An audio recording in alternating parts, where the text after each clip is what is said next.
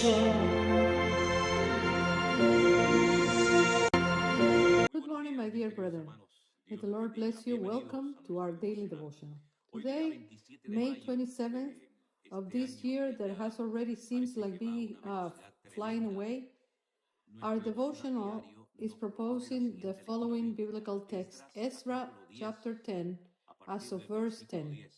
Let's pay attention to this interesting story.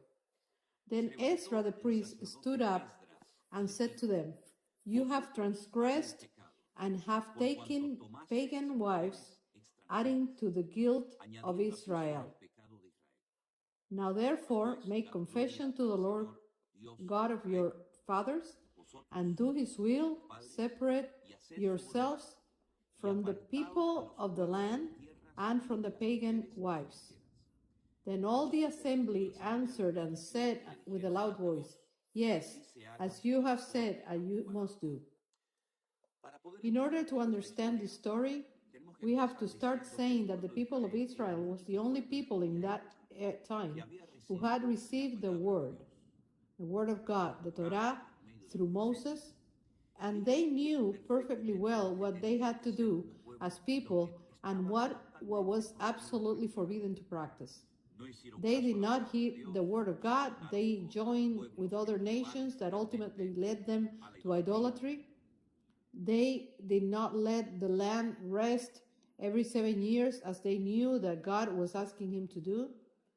They did not forgive the debts or free the slave in the year of Jubilee. And there we can be adding one thing after the other until God said enough. And during 70 long years, they find themselves in Babylon, in captivity, because of their disobedience and rebellion, and because they did not put into practice the word of God that they knew perfectly well. After 70 years, they managed to return to their country, to the city of Jerusalem, and they start to restore the temple and rebuild the walls, etc. And they begin once again to commit the same mistakes and sins for which 70 years ago they have been taken into captivity. And one of the sins they had committed was to mingling with pagan nations, to practicing idolatry that those nations practiced at that moment, and then once again disobeying God. And then both Ezra, like Nehemiah, who had been sent by the king to restore the temple and the city of Jerusalem and the walls, tell the people, "Are you going to be committing the same mistake once again for which your ancestors were punished and taken into captivity?" They knew that they had to remain pure because through those tribes, especially the tribe of Judah, the Messiah would have come.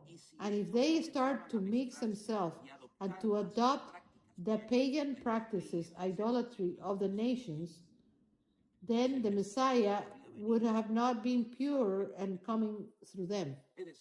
In other words, they once again commit idolatry, disobedience, rebellion against God, and the admonition is turn back to the Lord and stop provoking God with your actions, because if you do so, you will be punished again for the same sins that you had already overcome supposedly. The favorite game of men is to provoke constantly God. There's some people that they have power, money, and authority. They believe that they're wise in their own opinion.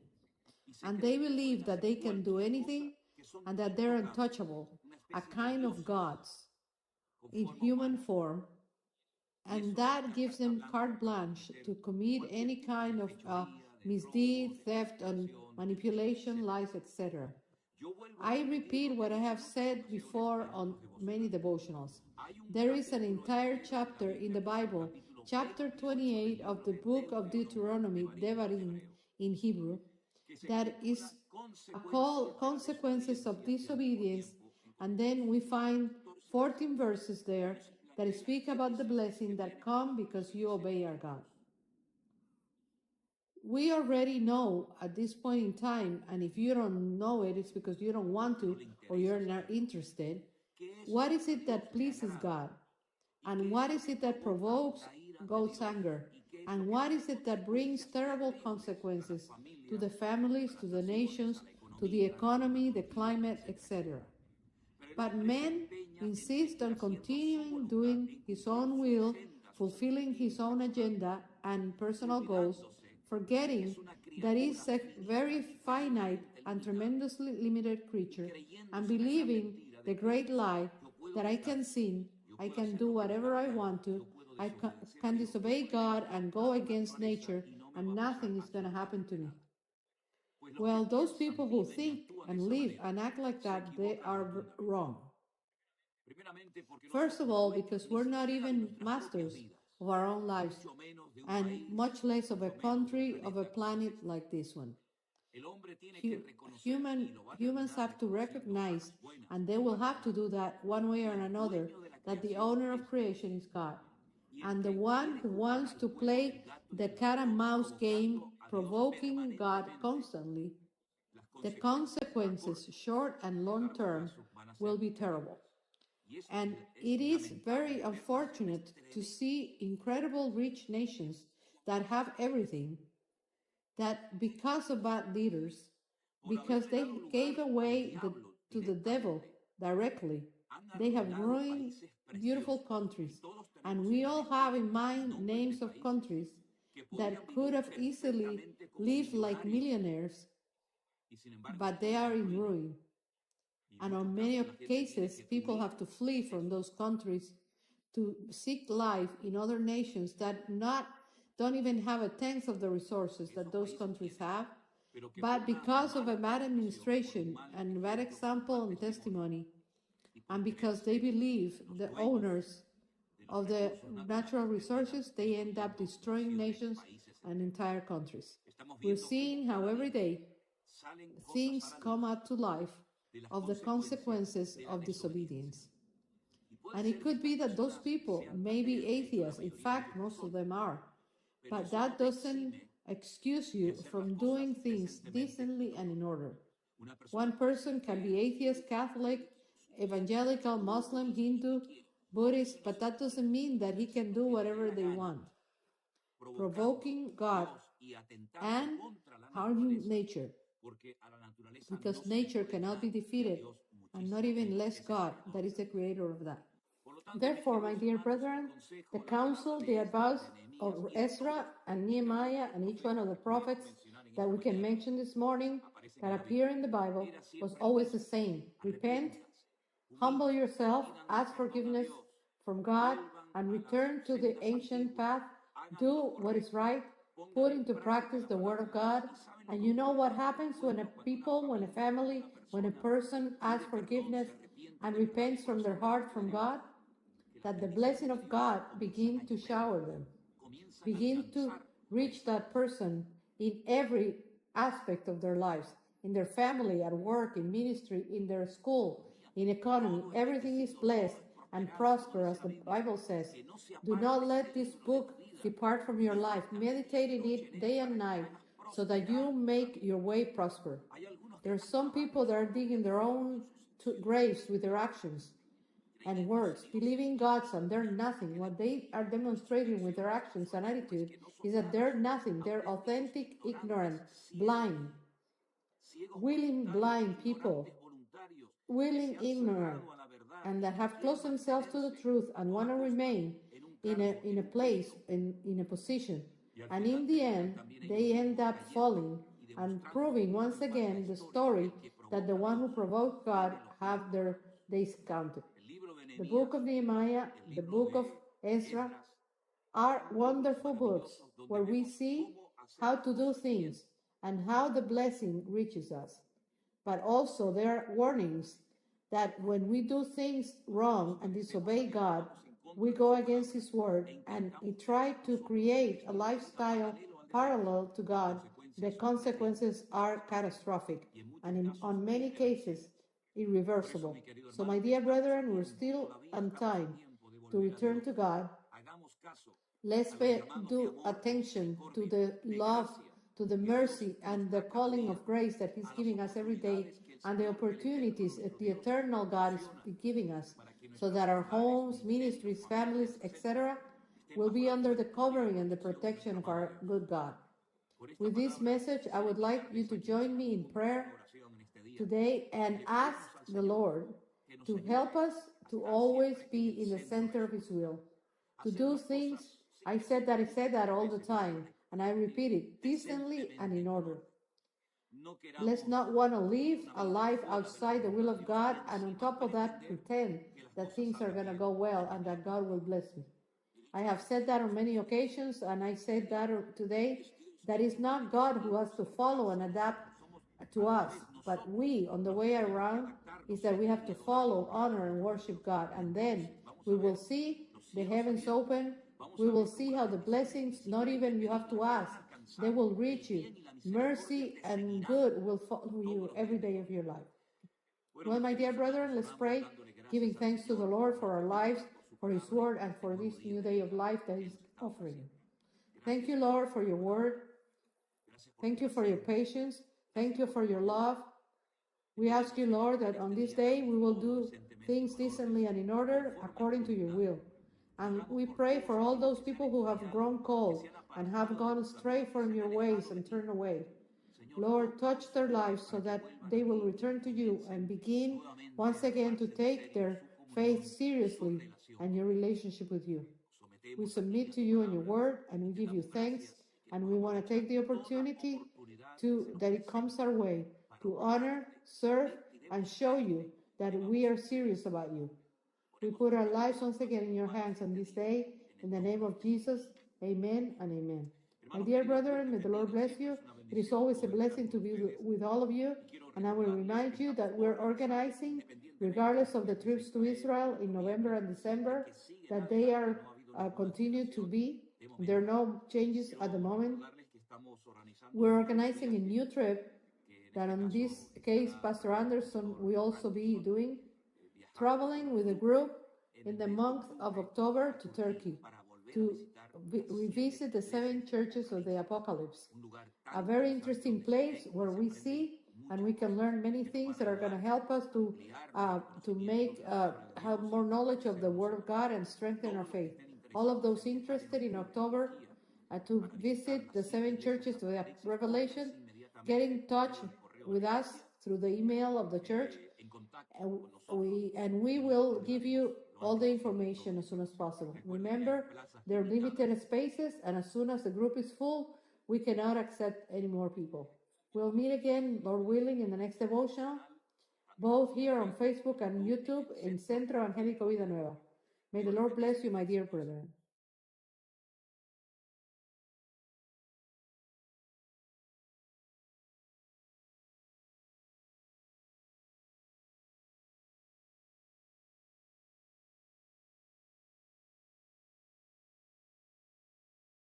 No sé qué va a pasar, todo está en las manos del Señor, pero yo lo único que digo es que nosotros no podemos depender de los hombres, sino depender solamente del Señor. Hay gente que pone la confianza en los gobiernos. Bueno, ahora ya verás que estos que entran van a arreglar todo lo que el otro no arregló y ya verás que no sé qué. Mire, hermano, ¿qué quiere que le diga? Nuestra confianza está en el Señor. La Biblia llama bienaventurado al hombre que pone su confianza en el Señor. Estamos viendo que el único que no falla y el único que es fiel y el único que sabe hacer bien las cosas es nuestro Dios. Los hombres ahí están que se pelean, que se van, que entran, que sí, que te apoyo, que no te apoyo, que me abstengo, que no sé qué, que no sé cuánto. Y uno ve en lo natural, yo siempre, ¿cuántas veces lo he dicho? Uno ve en lo natural el reflejo de cómo están las vidas de esa gente. Espiritualmente están destrozados. La inmensa mayoría de los que están ahí tratando de ponerse de acuerdo para hacer algo a favor de este país, la inmensa mayoría son ateos. Y lo han dicho. No, que no creen en Dios, que son ateos, que Dios es una cosa para la familia, pero que eso no tiene nada que ver. Y así vas. Si el hombre buscara a Dios, si todos esos que no saben lo que hacer dijeran, vamos a ver, Rajoy, el del PSOE, el Coleta, el otro y el otro, dijera, vamos a ver, vamos a hacer 3 días de oración y ayuno a nivel nacional. Y tú ves a todos los políticos en el Congreso, 3 días en la Moncloa sin salir, orando, leyendo la Biblia y buscando del Señor, humillándose delante de Dios. Qué diferente sería todo, ¿eh? Madre mía, cuántas bendiciones y cosas hermosas podrían salir de un encuentro así, pero no lo van a hacer, no lo van a hacer, ¿verdad? Entonces dice la Biblia que son ciegos que intentan guiar a otros ciegos, y dice la Biblia que si dos ciegos se juntan, los dos van a caer en el mismo hoyo, porque los dos están ciegos, ¿eh? Así que buscamos a Dios, confiamos en el Señor, en su promesa y en su palabra, y todo lo que los hombres tengan que arreglar, que lo arreglen ellos, pero nuestra confianza está en el Señor. Amén, hermanos. Bendito sea Dios. Sabemos que el año pasado pasó algo tremendo. Miles y miles de personas mayores, ya jubiladas, que tenían sus ahorros de toda la vida ahí metidos en el banco ya para retirarse y tener una jubilación tranquila. Resulta que desapareció el dinero y se esfumaron todos los sueños y la tranquilidad, la falsa tranquilidad que produce el dinero, porque no cabe la menor duda de que cuando uno tiene dinero y te sobra, pues en un momento determinado pues puedes tener una tranquilidad, ¿no? Decir, oye, pues tengo un dinerito y tal, y qué mal se pasa y qué mal cuando una persona ha ahorrado toda su vida y de repente los hombres se quedan con todos tus ahorros. Pero ahí hay una lección de que donde tenemos que hacernos tesoros es en el reino de Dios, porque los tesoros de la tierra se fuman, los tesoros de la tierra se volatilizan, son como neblina, hoy los tienes y mañana no los tiene. ¿Cuántas personas en este país hace 3, 4, 5 años atrás tenían trabajo, coches, casas, viajaban, compraban y no sé qué? Y hoy en día están arruinados. No es que no tengan dinero, es que están arruinados con a veces hasta miles y millones de euros de deuda. Y uno dice, al final resulta que los que tenían tanto están peor que los que toda la vida hemos dependido el día a día del Señor. Porque yo he hablado con gente que ha tenido mucho dinero y están deprimidos, amargados, escondidos, en fin, lo han perdido todo. Y cuando uno ha estado arriba y de repente te lo quitan todo, no sabe adaptarse después a una vida, digamos, a una vida normal. En estos días estaba leyendo un libro, o uno de los libros que estoy leyendo, y en uno de ellos decía que en los tiempos de la Biblia, ya lo dije una vez, en los tiempos de la Biblia se vivía el día a día. Eso ya hoy en día prácticamente no existe. En algunos países sí. Pero aquí, por ejemplo, la gente quiere tener, digamos, el mes arregladito, ¿no? Tengo para pagar el mes de la hipoteca o el mes del alquiler. Ya están tranquilos. Y tengo el mes solucionado. Y en la Biblia no se vivía así. En la Biblia se vivía el día a día. Basta a cada día su propio afán, su propio mal. Y el pan nuestro de cada día. Así se vivía en el tiempo de la Biblia. Entonces, si nosotros dependemos día a día del Señor, no vamos a estar agobiados, porque mira, se dice, es que faltan todavía 20 días para terminar el mes. Pero no lo mires así, vive el día a día y el Señor te va a sorprender y te va a proveer el alimento, la comida, lo que sea necesario para el día a día.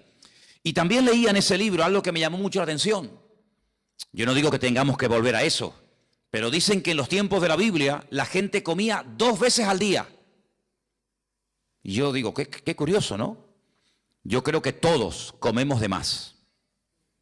Es decir, si nosotros ahora mismo nos quedáramos 15 días sin comer, seguro que nadie se moría. Hombre, fatiga tendríamos todo, a ver si me entiendes.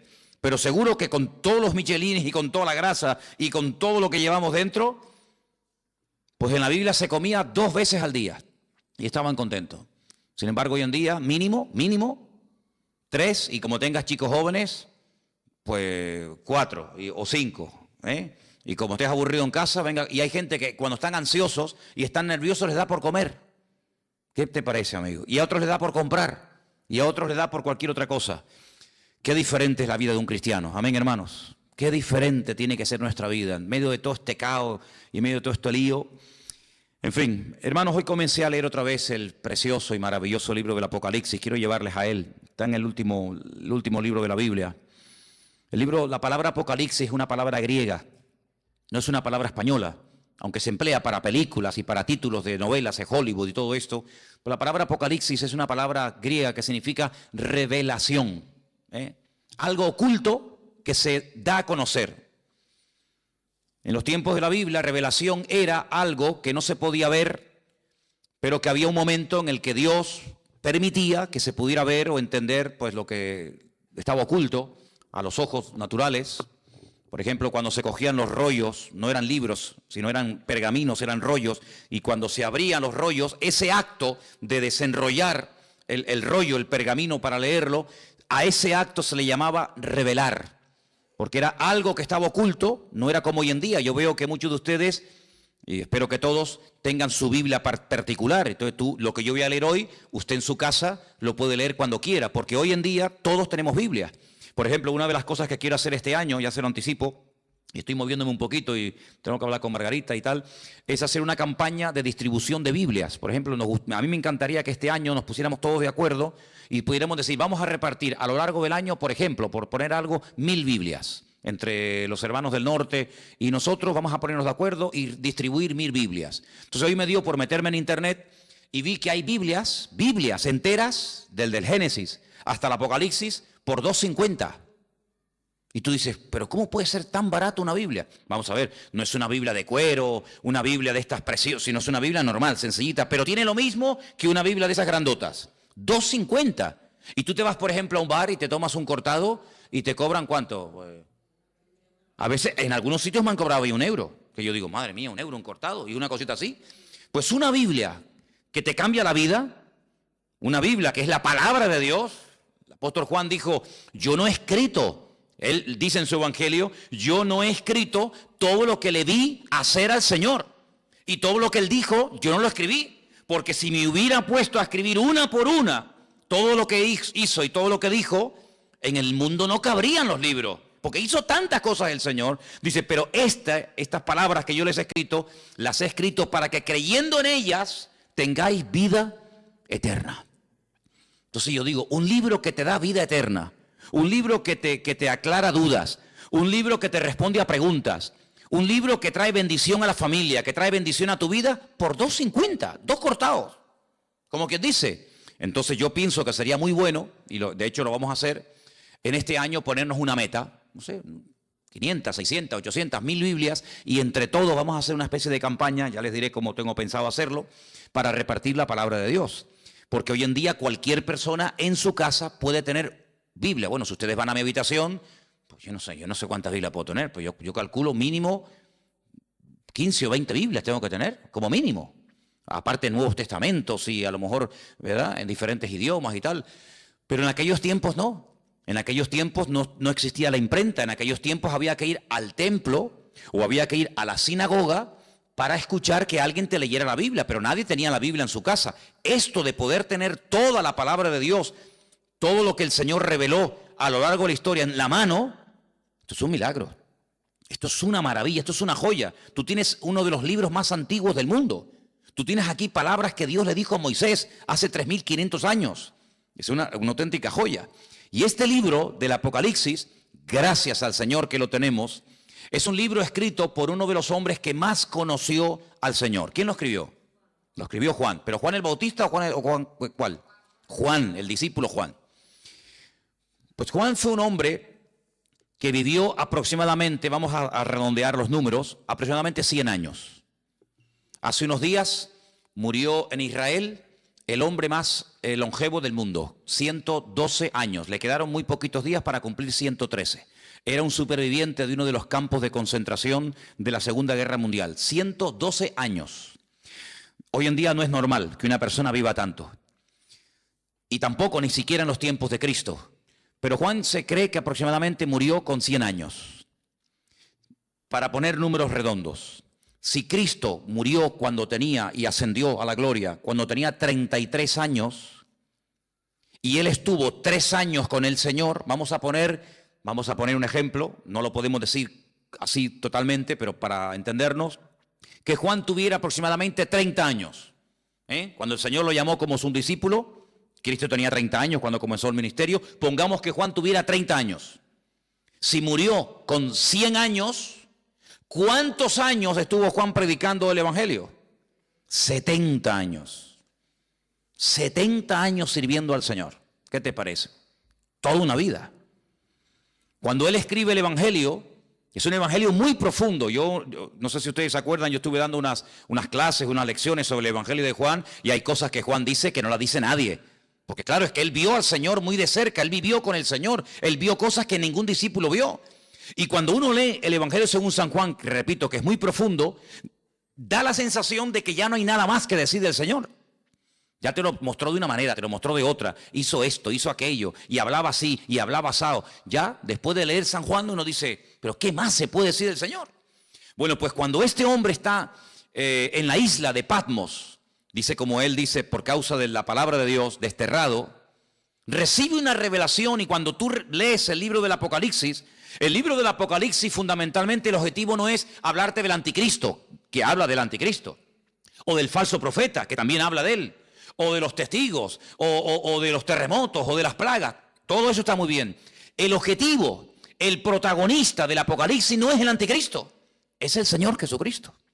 Y Juan presenta y nos cuenta cosas de Jesucristo que si no hubiéramos leído nunca, si no tuviéramos en nuestras Biblias el libro del Apocalipsis, nunca sabríamos del Señor. Porque el libro del Apocalipsis contiene una información que no está en ninguna parte de la Biblia. Por eso es un libro fundamental. Y no solamente es un libro importante, sino es un libro necesario. Yo siempre lo he dicho, y ustedes lo saben, que los creyentes hoy en día tienen que leer y estudiar más que nunca el libro del Apocalipsis. Y prestar menos atención a las noticias de la radio y de los periódicos y de la prensa, porque realmente las verdaderas noticias, la genuina, las verdaderas, están aquí. No solamente en la Biblia, sino en el libro del Apocalipsis. El libro del Apocalipsis es un libro extraordinario, que nos da detalles tremendos, tremendos. Lo estoy leyendo otra vez, como siempre, ¿no? Detenidamente, estudiando las palabras y tal, y menciona muchas cosas del Antiguo Testamento. Por ejemplo, hoy leía acerca de los famosos 2 testigos. Los que habéis leído la Apocalipsis sabéis de lo que estoy hablando. Los que no lo habéis leído, pues dicen, no sé lo que es eso. Bueno, pues los 2 testigos son 2 personas de carne y hueso que estarán en los últimos tiempos predicando la palabra del Señor durante 3 años y medio. Nos dice la Biblia cómo predicarán, dónde vivirán, cómo morirán, qué les va a pasar. Todo eso lo dice el Apocalipsis. Bueno, pues de esos 2 personajes ya habla el profeta Zacarías. Ustedes van al libro de Zacarías, capítulo 4, y allí te habla de los 2 testigos. No aparece la palabra testigos, aparece la palabra, en hebreo dice la palabra hijos. La traducción dice los 2 ungidos. Y habla acerca del aceite de oliva. Sabéis que el aceite de oliva se utilizaba mucho en los tiempos de la Biblia, no solamente para cocinar, no solamente para sanar heridas, era un bálsamo, sino que también se utilizaba un aceite especial, no cualquier aceite, un aceite especial que se hacía para derramarlo sobre la cabeza de los reyes o de los profetas o de otros personajes cuando se les quería públicamente presentar como un juez, como un rey, como una persona importante, y se le llamaba ungido. La palabra ungido, Mashiach, ¿qué es? Ungido. ¿Y cómo se dice ungido en griego en el Nuevo Testamento? Cristo. La palabra Cristo es la misma palabra Mashiach del Antiguo Testamento. Pasa que una está escrita en hebreo y otra está escrita en griego. Como el Nuevo Testamento se escribió en griego y del griego se tradujo al español o al castellano, entonces cuando leemos el nombre de nuestro Señor Jesucristo, lo leemos así: Jesús, Cristo, Jesucristo. Pero Cristo no es un nombre, Cristo es un título. Es como decir, fulanito de tal, presidente del gobierno, fulanito de tal, presidente del Fútbol Club Barcelona, fulanito de tal, presidente del Cabildo. Cristo no es un nombre, es un título de una función a desarrollar. Por ejemplo, en este momento, a Benjamín Netanyahu, que es el presidente de Israel, se le llama el ungido, se le llama el Mesías. Y tú dices, ¿ah, sí? Sí, claro, porque es un hombre que ha sido capacitado para ser presidente de un país. Entonces, la palabra Mesías, la palabra Cristo, la palabra ungido, nos habla acerca de un cargo, no de un nombre. Jesús se llamaba Yeshua, porque él no era griego, él era judío, y él se llamaba Yeshua. ¿Cómo se dice Yeshua en griego? Jesús. Entonces, son las mismas palabras, pero cambiando, digamos, el nombre, la pronunciación. Juan recibe una revelación de él, dice en el capítulo 1, la revelación de Jesucristo. No es la revelación del falso profeta o del anticristo, no. Es la revelación de Jesucristo. Si quieres conocer mucho de Cristo, tienes que leer los evangelios, Mateo, Marcos, Lucas y Juan, pero también el Apocalipsis. Y dice, esta revelación de Jesucristo, Dios se la dio para manifestar a sus siervos las cosas que deben de suceder pronto. y la declaró enviándola por medio de su ángel a su siervo Juan. Juan, cuando escribió este libro, dice que lo que él estaba escribiendo iba a suceder pronto. ¿Y cuándo escribió Juan este libro? En el siglo I. Y en el siglo I, cuando él está escribiendo, dice, lo que yo estoy escribiendo ahora, prepárense que esto se va a producir pronto. Pues si eso lo dijo en el siglo I, ahora en el siglo XXI, estamos más cerca que nunca de los acontecimientos finales, ¿sí o no? Es interesante, ¿verdad? Dice que ha dado testimonio de la palabra de Dios y del testimonio de Jesucristo y de todas las cosas que ha visto. Y ahora fíjate, es uno de los pocos libros, o prácticamente el único libro de la Biblia, que contiene una bienaventuranza para el que lo lee.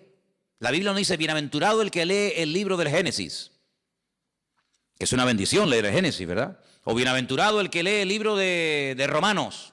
No, pero el Apocalipsis sí. Dice, bienaventurado el que lee. Los que oyen las palabras de esta profecía y guardan las cosas que en ellas están escritas, porque el tiempo está cerca. Es decir, que por leer el libro usted ya es bienaventurado. Por escuchar, por oír las palabras de este libro, usted ya es bienaventurado. Y si encima de leerlo, y si encima de oírlo, además usted lo cumple y lo guarda, triplemente bienaventurado. ¿Qué significa la palabra bienaventurado? Viene de una palabra hebrea que significa, es ashrei, que significa rico. La palabra rico está entroncada con la palabra bienaventurado. Un bienaventurado, espiritualmente hablando, según el concepto bíblico, es una persona rica, espiritualmente hablando. La riqueza bíblica, espiritual, no tiene nada que ver con la riqueza material, ¿vale? Hay personas en la Biblia que no eran ricos materialmente hablando, pero espiritualmente hablando eran multimillonarios. Y hay personas tremendamente ricas en la Biblia que la Biblia dice que eran unos necios. Así que la riqueza material muchas veces no tiene nada que ver con la riqueza espiritual. A veces la gente dice, ay, mira, no tiene mucha fe porque no tiene dinero, como si la fe se midiera por el dinero. Cuando yo siempre he dicho que es más difícil, mucho más difícil, vivir con poco que vivir con demasiado. ¿Sí o no? Si yo le doy a usted todos los meses 10.000 euros, que no los tengo, a ver si me entiende, pero si yo le diera a usted o le dieran a usted 10.000 euros, ¿sería muy difícil la vida para ti? Uy, ¿ahora qué compro? ¿Compro el jabón más barato o el más caro? ¿Compro el champú que está muy rico o compro el más baratito? No habría problema, porque cualquier persona, pienso que en un día, media hora, se adaptaría a vivir con 10.000 euros por mes. ¿Sí o no? Sin ningún problema. Pero si a usted le dan todos los meses 200 euros, entonces sí hay que hacer numeritos, Yo creo que a la ministra, a la persona que nombre ministro de Economía, tendrían que nombrar en este país a un ama de casa. No a un político de estos que le van a dar 10.000 euros por mes. Eso lo hace cualquiera, no. Tendrían que nombrar a una ama de casa, una mujer que tiene un sueldo pequeñito, que saca a los hijos adelante. Yo nombraría de ministra de Finanzas o de, ¿cómo se llama?, de Economía en este país, a una ama de casa, porque esas sí que saben administrar el dinero. Esas sí que saben que el marido le da tanto dinero y le llega. Esos son. Aquí hay un montón de ministras de Economía y pasa que no las reconocen, ¿no? Bueno, pues Juan está allí en la isla de Patmos y uno dice, bueno, ¿y qué hacía allí Juan? Si Juan vivía en Éfeso. Ustedes saben que cuando el Señor Jesucristo estaba en la cruz, le dijo a Juan que se encargara de su madre, porque Cristo iba a morir, y entonces María, según la tradición cuenta, pues resulta de que se fue a vivir con Éfeso y allí estuvo con el apóstol Juan. Pero Juan fue el único discípulo que murió de muerte natural, porque Cristo tenía 12 discípulos, uno se ahorcó, ¿sabéis, no? ¿Quién fue? Judas se ahorcó, se quitó la vida. Los otros murieron como mártires, unos crucificados, unos quemados, etc. Pero Juan, fue el único que murió de muerte natural. Y no es porque no quisieran matarlo, sino porque todo lo que hacían para matarlo no salía bien. Entonces los romanos decidieron ya tirarlo en la isla de Patmos, que la isla de Patmos es como la isla de Lobos, una isla de piedra, sin agua, sin nada. Allí lo botaron como un perro para que se muera de hambre. Dice que había unas canteras que mandaban a los presos a trabajos forzados y al que mandaban a Patmos de allí no volvía. Es como el que mandaban, yo que sé, antiguamente a las Guayanas, los franceses y toda aquella cosa, ¿no? Sin embargo, fue allí donde el Señor se le presentó y donde el Señor le dio un mensaje para todas las congregaciones de Asia Menor. ¿Asia Menor qué es en la Biblia? Cuando se dice de Asia Menor era Turquía, hermano. Ese país que está medio en Asia, medio en Europa. un país que tiene más de 90 y pico millones de habitantes, un país musulmán. Allí en Turquía era donde estaban las famosas 7 iglesias del Apocalipsis, Éfeso, Esmirna, Pérgamo, Tiatira, la Odisea, Sardis. Entonces vamos a leer en el versículo 4, porque dice: Juan, a las 7 iglesias que están en Asia, gracia y paz a vosotros, del que es, del que era y del que ha de venir, y de los 7 espíritus que están delante de su trono, y de Jesucristo, testigo fiel, primogénito de los muertos, el soberano de los reyes de la tierra, al que nos amó y nos lavó de nuestros pecados con su sangre, y nos hizo reyes y sacerdotes para Dios su Padre. A Él sea la gloria e imperio por los siglos de los siglos. Amén. He aquí que viene con las nubes. ¿Quién? El Señor. Viene otra vez, viene otra vez. Pero algunos dirán, pero no vino ya. Sí, ya vino, pero vino a morir. Vino como cordero sufriente. Vino para derramar su sangre por los pecadores. Pero ahora viene otra vez, pero no en relación con el pecado. Viene como rey triunfante, viene a establecer su reino sobre la tierra. Y dice que en esta ocasión todo ojo le verá. Oye, esto es tremendo, ¿eh? ¿Qué significa todo ojo le verá? Que todo ojo le verá. Que todo el mundo le va a ver cuando venga. En la primera venida no todo el mundo lo vio.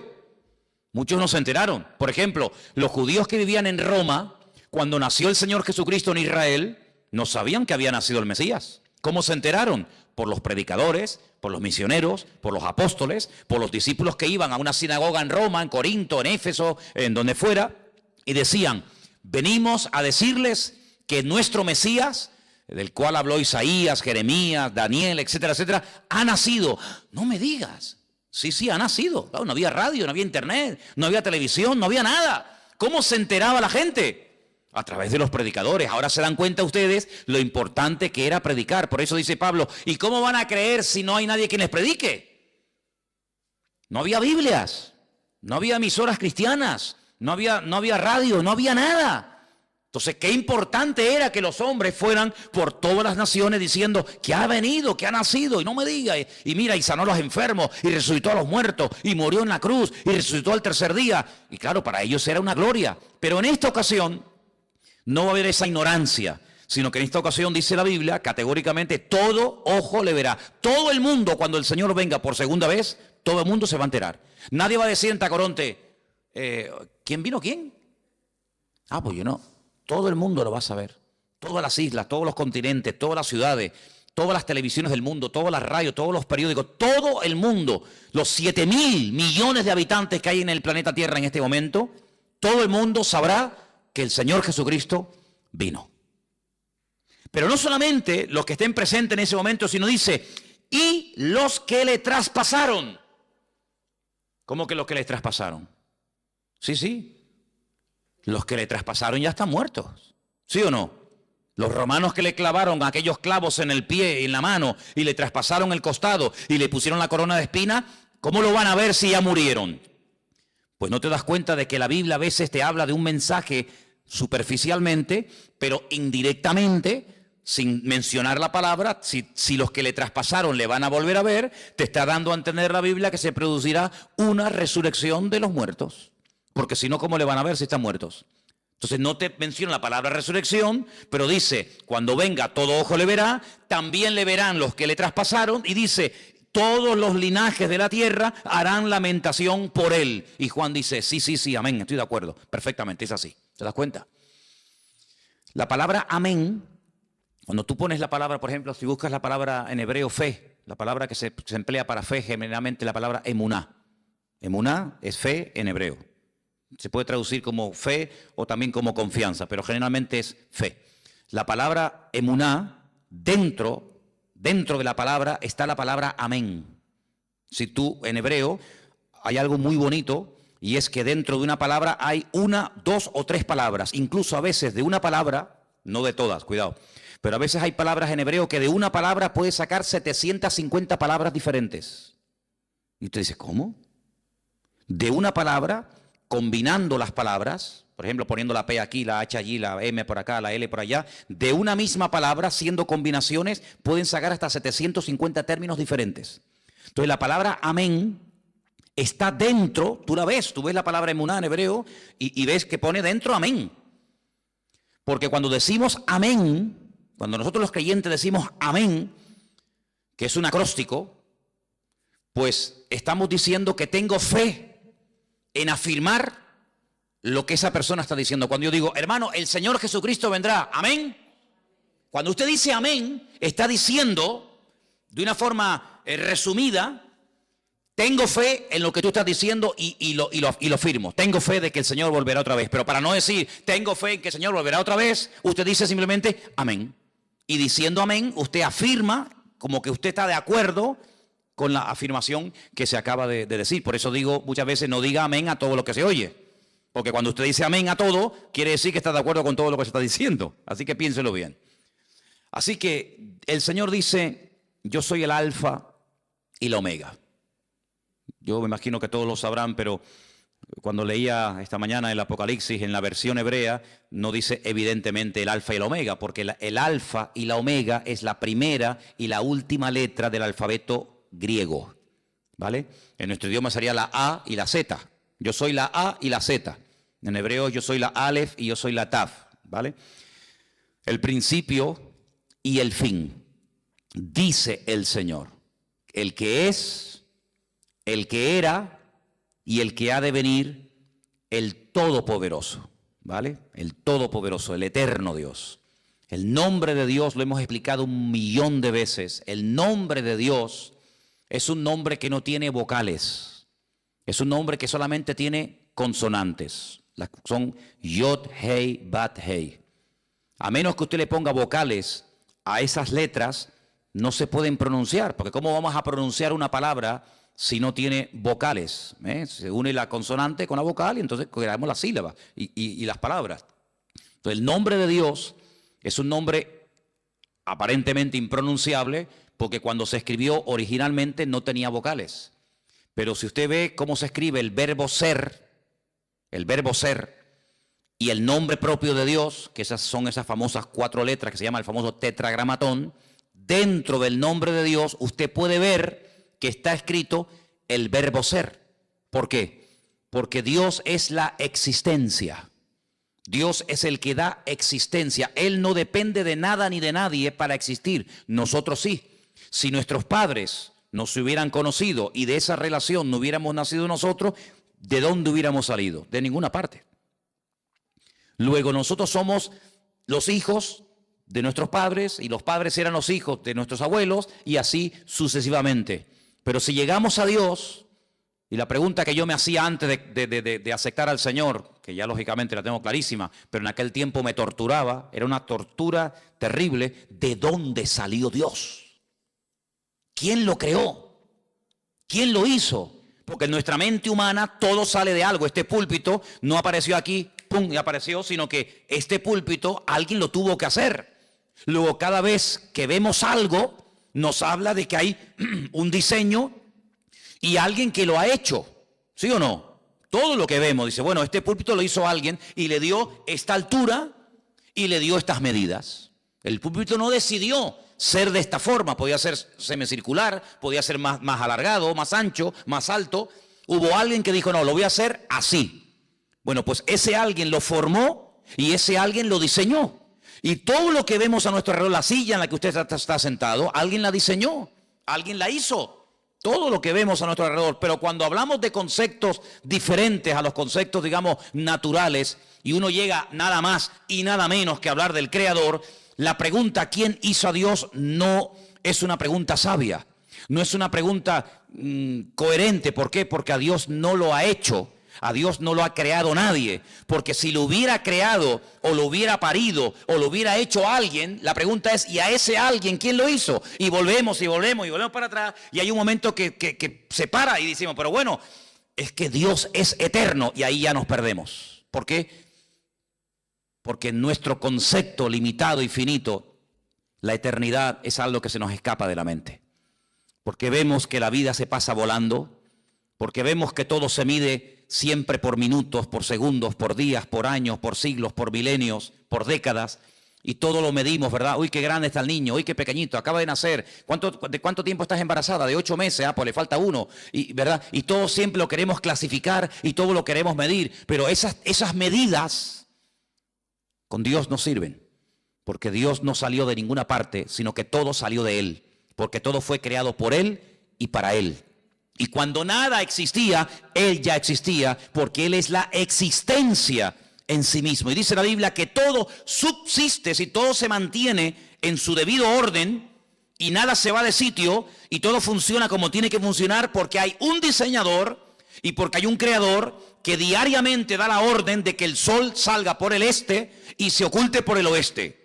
Pero bueno, eso era antes. No, eso era antes, eso era hoy y eso será siempre. El sol sí me sale por el este y se oculta por el oeste. Pero esa ley, ¿quién la dio? ¿Quién decidió que el sol saliera siempre por el mismo lado y se ocultara por el mismo lado? El creador del sol. El creador del sol. ¿Y quién es el que hace que la Tierra siempre gire en la misma dirección? Y que no diga un día, oye, voy a girar ahora en otra dirección. Todos los planetas giran en las direcciones de las agujas del reloj menos uno. Todos los planetas giran así. Pero hay uno que Dios dice, no, tú al revés, y gira al revés. ¿Quién decide eso? ¿Quién hace que hay unas flores que sean rojas, otras amarillas? ¿Quién hace todo eso? El que las diseñó, el que las creó. No es así por casualidad, sino que hay un diseñador y hay un creador. Y ese Dios es la existencia misma, y por eso en su nombre propio, pues lleva la existencia, el verbo ser. Ahora, ese nombre, cuando leemos, por ejemplo, algunas Biblias sale la palabra Jehová. En otras Biblias sale la palabra Adonai, o Señor. En otras Biblias aparece la palabra Yahvé, ¿no? Muy bien, todo eso está muy bien. Pero el verdadero nombre propio de Dios no tiene vocales, pero se le tuvo que poner vocales para poder pronunciarlo, ¿os dais cuenta? Y ahora, ese Dios creador, ese Dios diseñador, que es uno, Dios es uno, dice la Biblia, ese Dios amó tanto al mundo que dice que salió de él su Hijo unigénito, que al mismo tiempo su Hijo es el mismo. Y uno dice, pero ¿cómo puede haber? Porque si salió el Hijo del Padre, está el Hijo y está el Padre. Pero vamos a ver, ustedes no sois, ¿cuántos sois padres aquí? Muy bien, o madres. Bien. Pero usted es madre y usted es hija al mismo tiempo. ¿Sí o no?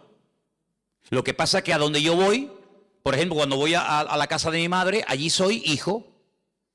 Pero cuando estoy aquí, aquí soy padre. Y cuando estoy en mi casa soy marido. Y cuando estoy aquí soy pastor. Tantas cosas al mismo tiempo, sí, no pasa nada. No tengo que dejar de ser hijo para ser padre. Puedo ser hijo y padre al mismo tiempo. Y abuelo y bisabuelo. Abuelo por el camino que llevamos. Pero bueno, se puede ser muchas cosas al mismo tiempo, ¿sí o no? Pues Dios no tiene ese problema. Dios no tiene ese problema. Entonces, su Hijo viene al mundo en forma humana.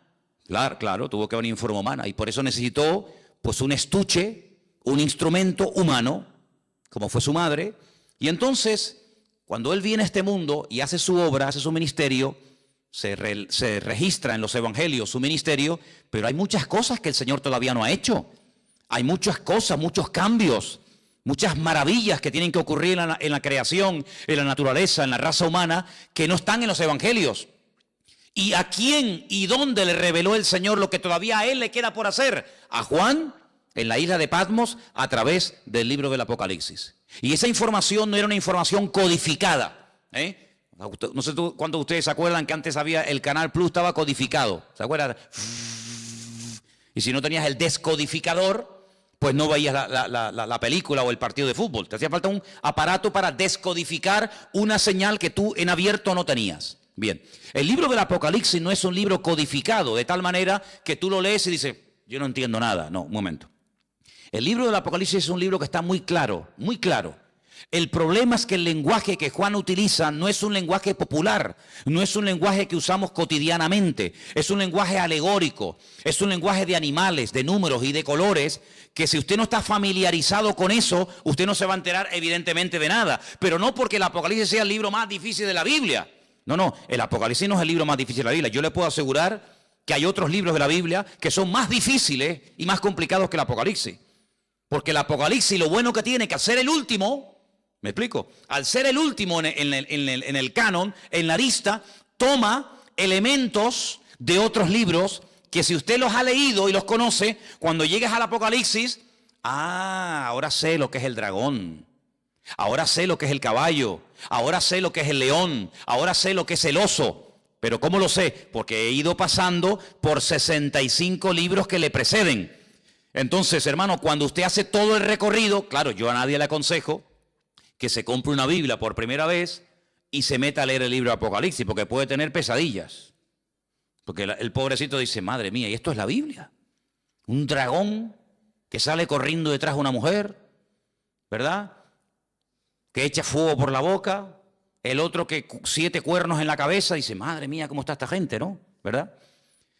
Pero es que para poder entender el libro del Apocalipsis, primero hay algo que pocas veces se dice, pero es para mí fundamental. Y es que usted tiene que conocer al protagonista del libro del Apocalipsis. Y el protagonista del libro del Apocalipsis es nuestro Señor Jesucristo. Cuando usted lo conoce a Él, usted sabe, permítame la expresión, por dónde van los tiros. Eso es como cuando antiguamente, ya eso no existe. Pero cuando antiguamente los padres miraban a los hijos, ¿qué le estaba diciendo? Ibas de visita, ¿no? A una casa. Entonces tu padre se te quedaba mirando y te estaba diciendo, sin palabras, o te comportas, o te voy a dar un jaquimazo que te voy a poner la cabeza así para atrás. Con la mirada, era un mensaje telepático, ¿no? Te miraba así, y ya está, agachabas la cabeza porque te estaba diciendo, te voy a dar una que te vas a enterar, sin palabras, porque ya lo conocía. Pero esa mirada se la daba a lo mejor a otro niño y el niño ni se enteraba. Cuando tú conoces a tu marido, tú sabes cuándo está enfadado y cuándo está de buen humor. Por eso hay mujeres que dicen, ahora no le digas nada, espera mañana. No, yo le digo ahora. No le digas ahora porque encima vas a cobrar. Espérate a mañana, que ya verás como mañana es otro ser humano. En la Biblia hay momentos en los que si usted no conoce al autor, usted no se va a enterar del espíritu, de la actitud, de por qué el Señor dijo eso. Y esto que le estoy diciendo no es broma, porque dice la Biblia que cuando Pedro estaba afuera con los romanos calentándose en el fuego, ¿se acuerdan? Que llegó aquella chica y le dijo, mira, acá hay otro, acá hay otro, este es uno de ellos. Y él decía, no, yo no soy de ellos. Lea usted en la Biblia, y hay un momento en el que dice que la mirada de Cristo se cruzó con la de Pedro. Cristo dice así. Tú estás diciendo, no, yo no le conozco, y Cristo dice así. Y se le quedó mirando, y dice la Biblia, lea esto, léalo, es tremendo. Dice, y saliendo lloró amargamente. ¿Qué mirada le habrá lanzado el Señor? No, yo no le conozco, yo no sé quién es, yo no quiero saber nada de ese hombre. Diciendo, ay, Pedro, que tú no me conoces a mí, Pedro. ¿Pero qué estás diciendo, criatura? Lo rompió, ya con la mirada dijo, madre mía, lo que estoy así, salió corriendo y se echó a llorar porque no pudo aguantar aquello, una mirada que lo rompió, ¿verdad? Que lo rompió. Entonces, cuando uno va al libro de Apocalipsis, uno puede leer comentarios y puede preguntar a este y al pastor tal, y puede leer, pero si tú no conoces al autor, el libro te va a sonar a chino. Y que yo sepa aquí, nadie sabe hablar chino. Pero cuando tú conoces al autor, tú captas y lo ves al Señor por todas partes. Porque te vuelvo a repetir, el objetivo del Apocalipsis no es levantar y el protagonista, el anticristo, el falso. No. El protagonista del libro del Apocalipsis es el Señor Jesucristo. Y todo lo que pasa, todo lo que ocurre, las tragedias, los terremotos, las catástrofes, las guerras y esto y aquello, todo siempre apunta a un objetivo, y es que el hombre reconozca que el Señor Jesucristo viene pronto. Te habla de una manera, te habla de otra forma. Te habla por aquí, te habla por allá, para que el hombre entre en razón y para que el hombre entienda que no puede hacer con su vida lo que le da la gana, para que el hombre entienda que no es dueño de sus actos. Cuando nosotros creemos que somos dueños de nuestros actos, nos estamos proclamando como si fuéramos dioses. Yo hago lo que me da la gana. A mí nadie me tiene que decir nada. Es como si tú fueras Dios, porque a Dios nadie le tiene que decir nada. Pero cuando tú actúas así, estás actuando como si tú fueras Dios. A mí nadie me tiene que decir nada. Pero ¿cómo que nadie nos tiene que decir nada? Claro que nos tienen que decir muchas cosas. Entonces, en el libro del Apocalipsis, Juan, a un viejito de 100 años, que lleva 70 años predicando el Evangelio, le dice, Juan, escribe, ponte a escribir lo que vas a ver, lo que ya has visto y lo que te voy a contar. Y entonces él empieza a escribir y a escribir y a escribir cosas tremendas, tremendas. Pero fíjate lo que dice, por ejemplo, en el versículo 10. Cuando el Señor le dice a Juan que escriba, hay una cosa muy importante que tenemos que tener en cuenta, y es cómo estaba, con qué actitud estaba Juan. Dice el versículo 10, yo estaba en el Espíritu en el día del Señor, y oí detrás de mí una gran voz, como de trompeta. Juan no estaba despistado, Juan no estaba quejándose, Juan no estaba con una mala actitud, sino Juan dice que estaba en el Espíritu. Y eso es muy importante. ¿Cuántas veces me habéis oído a mí decir que la actitud marca la diferencia? ¿Sí o no? Es muy importante. Estar centrado, estar pendiente. No, mira, ahora no me hables, que ahora estoy pendiente de la palabra. No, ahora no quiero saber nada. El móvil, ¿para qué quiero yo un móvil ahora? No me hace falta el móvil para nada. Ahora me está hablando el Señor. Estoy con su palabra. Él estaba en el Espíritu. ¿Tenía motivos para quejarse? Hombre, humanamente hablando, sí. 100 años aquí botado como un perro, sin agua, sin comida, sin hermanos, sin iglesia, sin amigos, sin nada. Y mira cómo me has tratado, y mira no sé qué, y te he servido para qué. No le dio lugar a eso. Él estaba en el Espíritu. Si el Señor ha permitido que yo esté en la isla de Patmos, no es un castigo, es una bendición, porque al fin y al cabo vemos que no fue un castigo, sino que fue un tiempo maravilloso, porque para poder escribir todo esto, hermano, y para poder ver todas estas visiones, uno no podía estar viviendo en una gran ciudad con ruidos, con coches, con no sé qué, con no sé cuánto, sino uno tenía que estar en un sitio tranquilo, sin que nadie te moleste. ¿Y qué mejor sitio?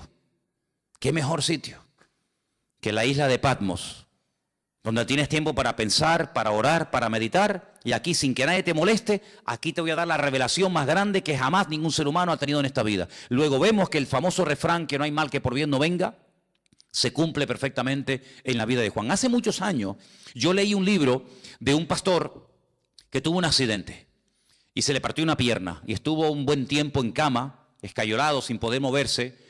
Y los primeros días de ese accidente él comenzó a quejarse. Señor, ¿y por qué? Tenía que predicar en esta iglesia, me habían invitado a viajar a no sé qué sitio, me habían invitado a no sé qué y ahora no puedo tal. Y empezó a quejarse hasta que pasaron los días y le dijo, Señor, si tú has permitido que yo esté aquí parado sin hacer nada, ¿qué propósito tienes tú, Señor? Y ese hombre escribió un libro con su testimonio, con sus experiencias, y cuenta él que fue un libro que bendijo a muchísimas personas.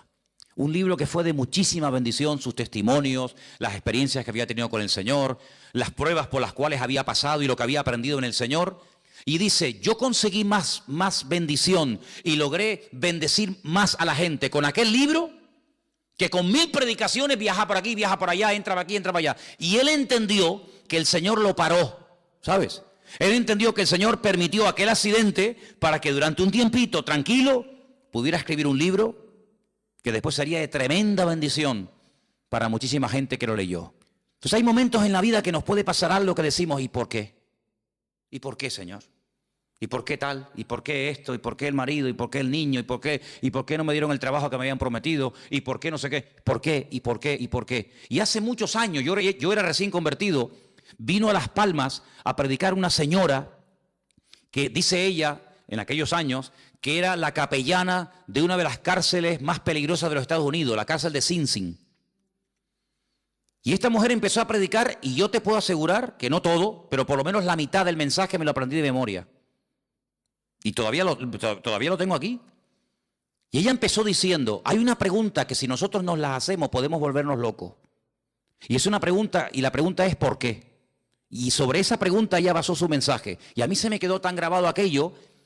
Y ella hablaba acerca de lo peligroso que es cuando nos pasa algo en la vida, entrar a pelearnos con Dios. ¿Y por qué no sé qué? ¿Y por qué no sé cuándo? ¿Y por qué? Yo creo que nosotros ahora que hemos ya comenzado un poquito a levantar vuelo y a entender y a conocer un poquito más al Señor, vamos a cambiar la pregunta. Vamos a dejar el por qué. ¿Por qué? Dios lo sabe. Vamos a preguntarle otra pregunta al Señor. Vamos a hacerle esta pregunta. ¿Para qué? El por qué no me interesa. Porque si yo soy cristiano, mi vida está en las manos del Señor y el Señor ha permitido esta situación, Él sabrá por qué la ha permitido. Los que amamos a Dios, ¿qué dice? Todo ayuda para bien. Luego, el por qué no me interesa. Mi Dios sabe lo que hace conmigo, pero ¿para qué has permitido esta situación? Entonces, cuando comenzamos a indagar y a orar y diligentemente le preguntamos ¿para qué?, el Señor nos va a dar muchas respuestas. ¿Para qué me has traído a Patmos?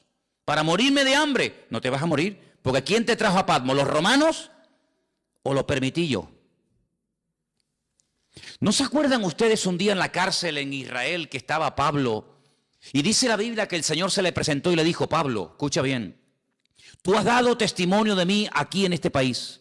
En todo Israel te conocen. Todas las sinagogas del país te han oído. Eres un rabino famoso. Eres uno de los mejores discípulos de un tal Gamaliel, hijo de Gilel, uno de los mejores rabinos de toda la historia. Pero ahora es tiempo de que salgas de tu tierra y te vayas a Roma. Y quiero que allí en Roma prediques mi palabra. Pero si estoy preso y tú me dices que me vaya a Roma, ¿cómo me voy a ir si no me van a dejar salir? Estoy encadenado. Pero Pablo, escucha una cosa, tú eres ciudadano romano, no te olvides. Y mañana cuando te saquen y te hagan el juicio, cuando te vayan a interrogar, tú vas a decir que tú como ciudadano romano, tú tienes el derecho que no todo el mundo tiene de apelar al César. Es decir, yo quiero que me juzgue, que mi juez sea el mismísimo César. Tú lo puedes pedir porque tú eres ciudadano romano. Entonces cuando él sale de la cárcel por la mañana, lo van a interrogar. Un momentito, quiero decir algo. ¿Qué quiere decir usted? Yo apelo al César. Quiero que el César sea mi juez. Claro, este que es un juez inferior dice, pues entonces si usted ha apelado al César, no te preocupes que usted irá al César. Llévenselo.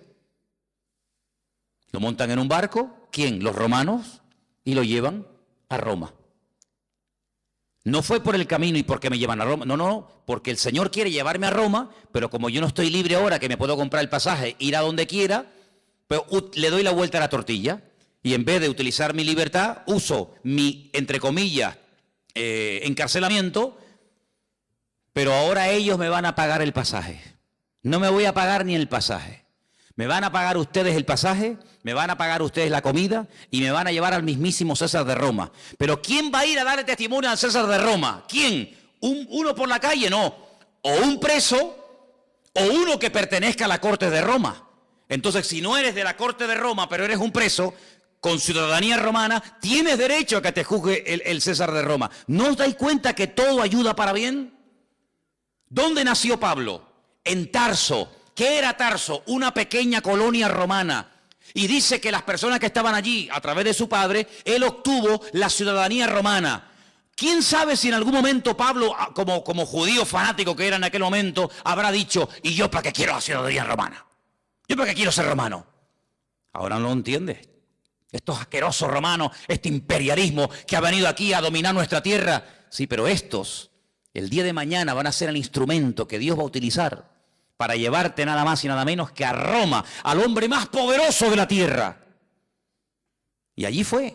Entonces no nos damos cuenta de que la vida es como un gran puzzle, como un gran rompecabezas, donde tú miras para atrás y dices, ahora entiendo aquello y esto y lo otro, y por qué se conoció este, y por qué pasó esto. Y entonces si tú te dejas llevar por el Señor, te vas a dar cuenta de que Juan lo llevaron los romanos, pero porque en el fondo el Señor quería que Juan estuviera en la isla de Patmos y allí tranquilito, sin que nadie te moleste, vas a recibir la revelación más grande que jamás has recibido en tu vida. Pero escucha bien esto, hermano, porque vamos terminando, para no alargar demasiado.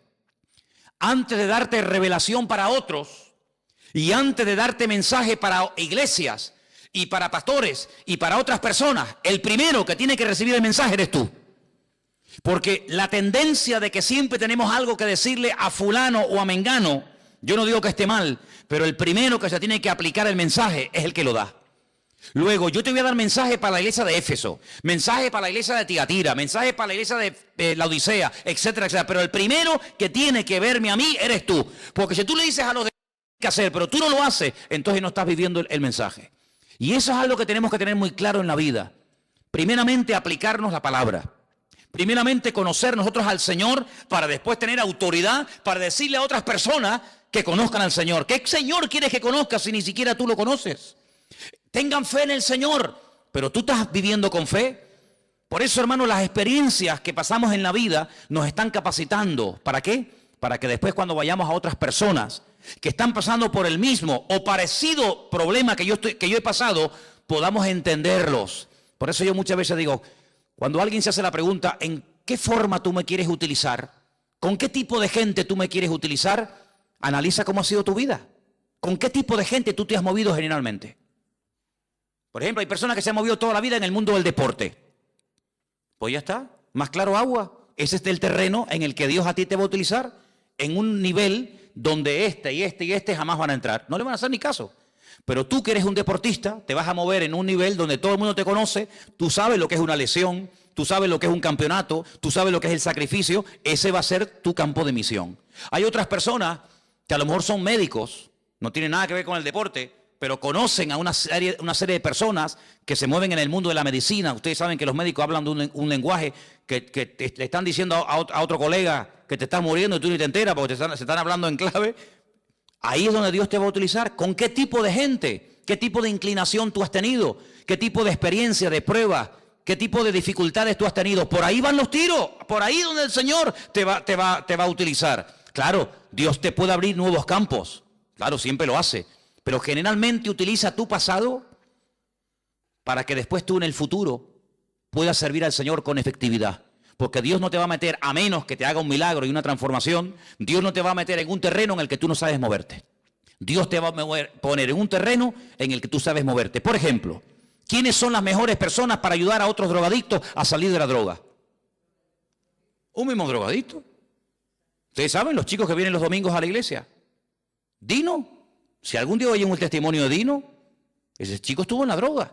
Pero es que ahora él puede ayudar a otros. ¿Y quién mejor que una persona que ha estado con depresiones toda la vida para ayudar a una persona deprimida? ¿Y qué mejor que una mujer separada para entender a otra mujer separada? ¿Y qué mejor que una mujer que ha sido violada o abusada para entender a otro que está pasando por eso? Hermano, no nos damos cuenta de que todo nuestro pasado es el terreno que Dios ha ido preparando para abrirnos puertas, para servirle a Él en el futuro. Entonces, en este libro, el primero que tiene que tener las cosas claras es Juan. Y quiero terminar leyendo estas últimas palabras. Yo estaba en el Espíritu en el día del Señor, dice versículo 10. Oí detrás de mí una voz, como de trompeta, y me dijo, yo soy el Alfa y el Omega, el primero y el último. Escribe en un libro lo que ves, envíalo a las 7 iglesias que están en Asia. Y ahora las menciona. Éfeso, Esmirna, Pérgamo, Tiatira, Sardis, Filadelfia, la Odisea. Las 7 iglesias. En su momento hablaremos de ellas. ¿Por qué estas 7 y no otras? Todo tiene una razón de ser. Pero le dijo, escribe, escribe. Ahora cuando vayamos al retiro, no sé si ya lo habéis leído, yo creo que esa parte le toca a los jóvenes. Hay un momento en el que el Señor le dice a Moisés, escribe. ¿Lo habéis leído? No lo habéis leído. Dice, escribe esto, esta batalla, lo que ha pasado hoy aquí, Moisés, escríbelo. Escríbelo para que las generaciones futuras no se olviden de lo que pasó aquí en el desierto. Interesante. Ahora le dice el Señor, Juan, escribe. ¿Por qué? Porque vas a ver tantas cosas y vas a tener tantas visiones y tantos sueños que después no te vas a acordar. Ustedes saben, hermanos, porque yo muchas veces le digo a la gente que es bueno venir a la iglesia a veces con papel y lápiz.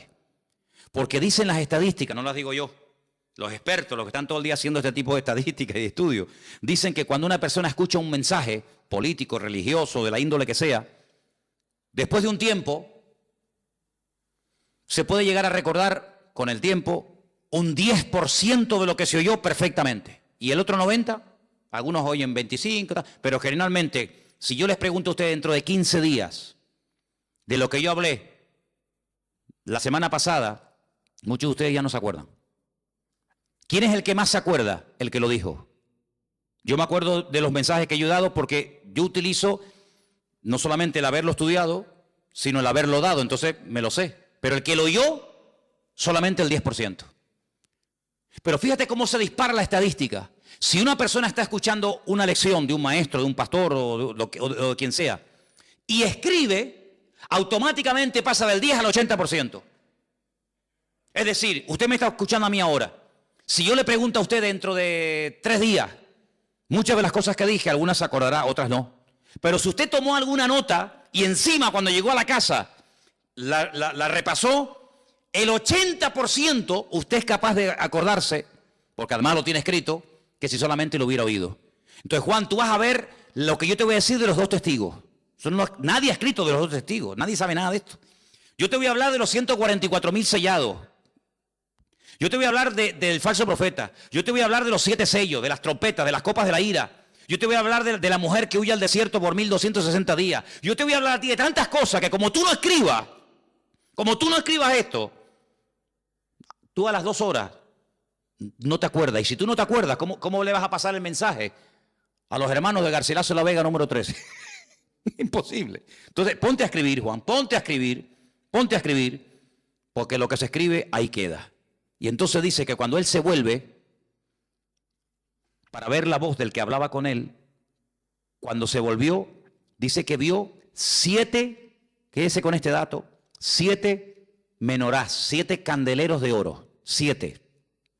Y en medio de los 7, a uno semejante al Hijo del Hombre, vestido de una ropa que le llegaba hasta los pies y iba ceñido por el pecho con un cinturón de oro. Jesús nunca lo había visto, Juan, así, nunca lo había visto. Su cabeza y sus cabellos eran blancos como lana, como blanca lana, como nieve. Sus ojos como llama de fuego, sus pies semejantes al bronce bruñido, refulgente como en un horno. Su voz como estruendo de muchas aguas. Tenía en su diestra 7 estrellas, y de su boca salía una espada aguda de 2 filos, y su rostro era como el sol cuando resplandece en su fuerza. Cuando le vi, caí como muerto a sus pies. Esto nunca le había pasado a Juan. Juan nunca se había caído. Ese día sí. Caí como muerto a sus pies, y él puso su diestra sobre mí y me dijo: no temas, yo soy el primero y el último, el que vivo. Estuve muerto, mas he aquí que vivo por los siglos de los siglos. Amén. Y tengo las llaves de la muerte y del Hades. Escribe las cosas que has visto, las que son y las que han de ser después de esta. Y ahora le explica algo. El misterio de las 7 estrellas que has visto en mi diestra y de los 7 candeleros de oro, pone: las 7 estrellas son los ángeles los ángeles de las 7 iglesias, y los 7 candeleros que has visto son las 7 iglesias. Y a partir de ahora, él comienza a recibir un mensaje para cada una de estas congregaciones, que ya en su momento lo analizaremos. Solamente lo que les pido es que lo lean, capítulo 3 y 4 de Apocalipsis, muy sencillito, y van a disfrutar una barbaridad, porque este libro, como nunca antes, se tiene que predicar en las iglesias. Los pastores tienen que hablar más del Apocalipsis, caramba, y se habla muy poco. A veces hay pastores que me han dicho a mí personalmente: es que yo no puedo predicar el Apocalipsis porque yo no lo entiendo. Pues póngase a estudiar, estudie, prepárese, porque estamos en los tiempos del Apocalipsis. Estamos en unos tiempos difíciles donde las cosas están ocurriendo y los cristianos tienen el derecho de saber por dónde van los tiros. Si falta mucho, si falta poco, cuáles son las señales, cuáles no son las señales. Y todo eso lo tenemos, gracias a Dios, en este libro maravilloso que es la Biblia, y encima de la Biblia el libro del Apocalipsis, que lo vamos a estar viendo, Dios mediante. No quiero que nadie en esta congregación diga: ay, pero es que el libro del Apocalipsis es muy difícil. Ya verá usted que va a disfrutar. Y vas a ver que el libro de Apocalipsis es un libro maravilloso, que Dios lo escribió no para asustarnos, sino para bendecirnos y para ayudarnos. Además, no se olvide que cada vez que lo leamos, y ustedes cada vez que lo lean, van a ser bienaventurados, porque eso es lo que dice la Biblia. Amén, hermanos. Vamos a orar, por favor, en esta tarde. Se nos ha ido el tiempo. Nos ponemos de pie. Vamos a darle gracias a Dios por su bendita palabra. Que el Señor nos dé sabiduría. Y pido, por favor, a la iglesia que siga orando por el retiro que vamos a tener en febrero, que puedan asistir muchos hermanos, que podamos tener un tiempo precioso, en todos los sentidos. Los hermanos me decían al día del bautismo: oye, si el día que tuvimos el bautismo en el Puerto de la Cruz, ese día tan precioso, lo tenemos durante los días de retiro, esto es una maravilla. Digo, pues oren para que podamos tener unos días hermosos y vamos a venir muy bendecidos. Amén, hermanos. Vamos a orar. Señor, te damos gracias por tu palabra bendita. Gracias porque a través de ella aprendemos, a través de ella se abren nuestros ojos espirituales y queremos verte a ti, esa revelación maravillosa, preciosa, completa, amplia de lo que tú eres, de lo que tú quieres hacer, Señor. Señor, te pedimos que crezca nuestra fe, que podamos cada día crecer en conocimiento, en sabiduría, en discernimiento espiritual, para que podamos servirte cada día mejor, Señor. Bendice nuestras vidas y que cuando estudiemos y nos acerquemos a tu palabra y ahora a este precioso libro del Apocalipsis, podamos disfrutar y podamos descubrirte y podamos vivir una relación íntima y personal contigo cada día, porque tú así lo quieres para cada uno de nosotros. Bendice, Señor, nuestras vidas y guárdanos siempre de todo peligro y de todo mal. Te lo pedimos en el nombre de Jesús. Amén.